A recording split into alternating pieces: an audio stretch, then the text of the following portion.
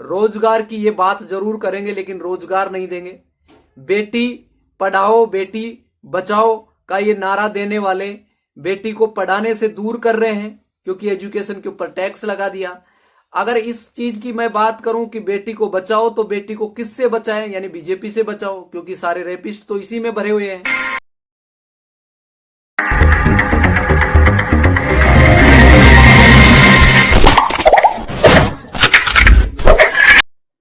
दोस्तों जय भीम नमो बुद्धाय। आप देख रहे हैं लकी कोहिनूर चैनल, आपका चैनल आपकी पहचान। दोस्तों आज मैं बात करूंगा मोदी परिवारवाद पर फंस गया है और देश की जनता समझ गई है कि परिवार की अब खामियां जो ट्विटर पर बहुत बड़े लेवल पर ट्रोल कर रही हैं, तो इसीलिए अब बौखलाहट है मोदी सरकार के अंदर।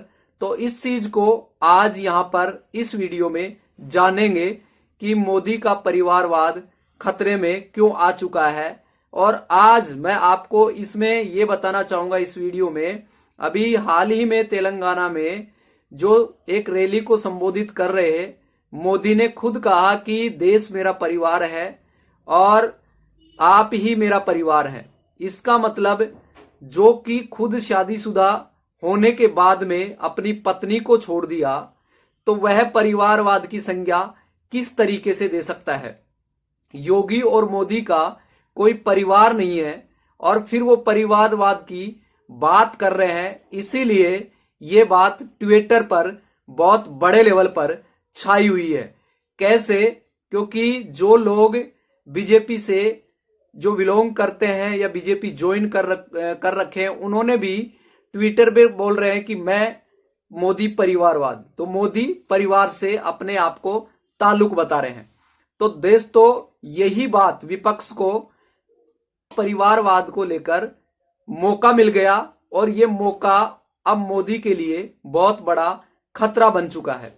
आज देश की राजनीति के अंदर आप देखे होंगे कि अभी राम मंदिर के प्राण प्रतिष्ठा के अंदर वहां पे शंकराचार्य ने मोदी के ऊपर परिवारवाद पर एक व्यंग कसा था और उसमें कहा था मोदी प्राण प्रतिष्ठा में अकेला यहां पर जो दिख रहा है ये एक बहुत बड़ा खतरा है देश के लिए, इसकी पत्नी इसके साथ नहीं है, तो ये सबसे बड़ा खतरा है। इसीलिए जो कि खुद का परिवार नहीं है तो दूसरे के परिवार का दुख दर्द वह कैसे समझ सकता है। इसीलिए अब जो सेंगर से लेकर ब्रजभूषण को लेकर, यानी इस तरीके के जो रेपिस्ट हैं, जो घोटालेबाज हैं, जो अय्यासी जो लोग हैं, वो सारा का सारा ट्रोल करने वाले ट्विटर पर अब देखने को शुरू हो गया है कि मोदी का परिवारवाद किस तरीके का है। एक ऐसा परिवारवाद जो कि कोई रेपिस्ट है और उसको सजा नहीं मिलती है और वो बीजेपी ज्वाइन कर लेता है तो रेपिस्ट अब वो पाक साफ हो जाता है। इसी तरीके से देश के अंदर कभी परिवारवाद, कभी नक्सलवाद, कभी किसके ऊपर इस तरीके की चीजें मोदी गवर्नमेंट में इस तरीके की हालात देखने को मिल रहे हैं।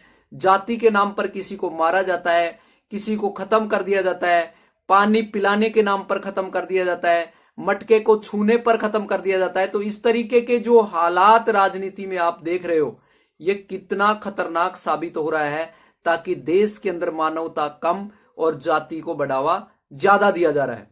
तो इसीलिए जो परिवारवाद की जो बात कर रहे हैं उन लोगों से ये पूछना चाह रहे हैं कि अभी देश के अंदर जो परिस्थितियां बन रही हैं, जो युवा हैं, जो अपने माँ बाप की जो संतान है, जो भावी पीढ़ी आने वाले टाइम में अपने माँ बाप का सपना साकार करने के लिए जो पढ़ाई कर रही है, उसको परिवारवाद की संज्ञा के रूप में अगर हम देखेंगे तो उनके ऊपर लाठियां चलाई जा रही है, रोजगार उसका खत्म कर दिया गया। तो ये किस तरीके से समझ सकते हैं? रोजगार की ये बात जरूर करेंगे लेकिन रोजगार नहीं देंगे। बेटी पढ़ाओ बेटी बचाओ का ये नारा देने वाले बेटी को पढ़ाने से दूर कर रहे हैं क्योंकि एजुकेशन के ऊपर टैक्स लगा दिया। अगर इस चीज की मैं बात करूं कि बेटी को बचाओ तो बेटी को किससे बचाएं, यानी बीजेपी से बचाओ क्योंकि सारे रेपिस्ट तो इसी में भरे हुए हैं। तो दोस्तों कहने का मतलब आज जो परिवारवाद की जो तेलंगाना में इन्होंने संज्ञा दी है ये खुद के ऊपर ही है ना, ये रायता ढुल गया है। इसका मतलब जो बात इन्होंने कहा है, खुद ही खुद की चाल में मोदी सरकार फंसती हुई नजर आ रही है। और ये कहीं न कहीं देश के लिए बहुत बड़ा खतरा है। जो जिसका परिवार नहीं है, देश को अपना परिवार मान रहा है, तो देश के अंदर परिवार, अगर आप अपने इसको पूरे देश को परिवार मान रहे हो तो देश की पीड़ा को तो समझेंगे ना, क्योंकि इसका खुद का परिवार नहीं है तो देश की पीड़ा को कैसे समझेंगे। इसका मतलब परिवारवाद की जो संज्ञा इन्होंने दिया है ये मिथक है और इसके अंदर कोई सच्चाई नहीं है, क्योंकि यहाँ पे रोजगार की ये बात जरूर करेंगे, रोजगार नहीं देंगे। तो इसी तरीके से देश के अंदर विकास का नाम जरूर लेंगे लेकिन विनाश करेंगे।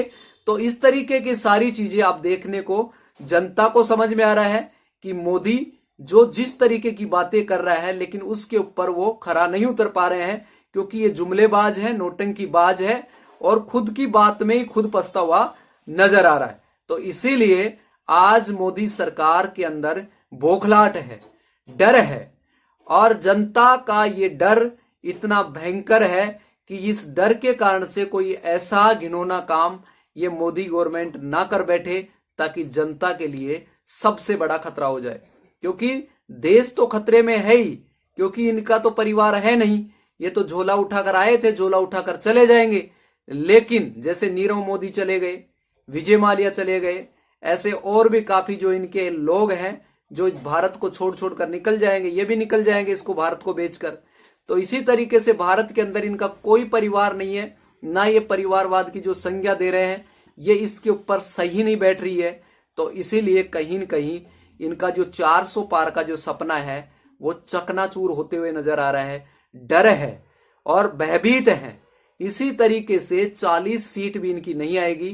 चारों तरफ से मोदी सरकार घिर चुकी है और इसी तरीके से जो जितनी भी संस्था है, गवर्नमेंट संस्थाएं, उनको हाईजैक कर लिया इन्होंने। तो अब हाईजैक करने का मतलब समझ रहे हो कि सब मोदी के सुर में सुर मिलाएं। ऐसा किस तरीके से संभव होगा, क्योंकि गोदी मीडिया जो चौथा पिलर है वो भी बिक चुका है। इसी तरीके से जितनी भी संस्थाएं हैं उनको हाईजैक कर लिया, डर दिखाया जा रहा है ईडी का। तो जो प्रत्यक्ष रूप में जो न्याय नहीं कर सकता, अप्रत्यक्ष रूप में संविधान की शपथ लेकर उसी संविधान को खत्म करने के लिए ये सरकार पीछे से भी काटेगी। दुम भी है, पीछे से भी काटना है और आगे से भी काटना है। तो इसके दो दुम्बी वाली ये सरकार है। ये लोगों को इस तरीके से डस रही है, कभी धर्म के नाम पर, कभी मजहब के नाम पर, किसी जाति के नाम पर, कभी हिंदू मुस्लिम के नाम पर।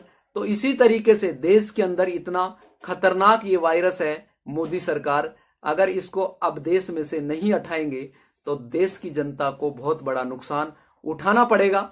अभी ईवीएम को लेकर बहुत बड़ी जो खबर है, अभी चंडीगढ़ में आपने देखा है साफ साफ कैसे, अगर वहां पे सीसीटीवी कैमरा अगर नहीं लगा होता तो वो भी बीजेपी का निर्दोष पाक साफ व्यक्ति दिखते आपको। लेकिन सुप्रीम कोर्ट ने ये एक फैसला सुनाकर, ऐतिहासिक फैसला सुनाकर अभी जो न्याय व्यवस्था है उसको जिंदा रखा है। तो इसी तरीके से आने वाले टाइम में आप लकी कोहिनूर चैनल से अगर आप जुड़े हैं तो हर एक सच्ची खबर को देखने के लिए अभी लकी कोहिनूर चैनल को सब्सक्राइब कर लें और फिर मैं एक लेटेस्ट न्यू वीडियो में मैं आपके बीच में हाजिर हूंगा। तो इसी तरीके से आज इस मोदी सरकार के अंदर कोई सच्चाई नहीं है। धर्म के नाम पर ये राजनीति करने वाली ये सरकार को खत्म कर देना चाहिए, क्योंकि मानवता से बढ़कर कोई धर्म नहीं है, ईमान नहीं है। और अगर ये राम की बात करते हैं, उसी में लोगों को मारने की बात हो रही है, तो दोस्तों ये परिवारवाद नहीं है। परिवारवाद के नाम पर एक बहुत बड़ा खतरा है, जो जनता अगर जागती है तो अपनी भावी पीढ़ी को बचा पाएगी, नहीं तो अपने देश के अंदर ही गुलाम बनकर रह जाएगी। जय भीम, नमो बुद्धाय, शुक्रिया, धन्यवाद।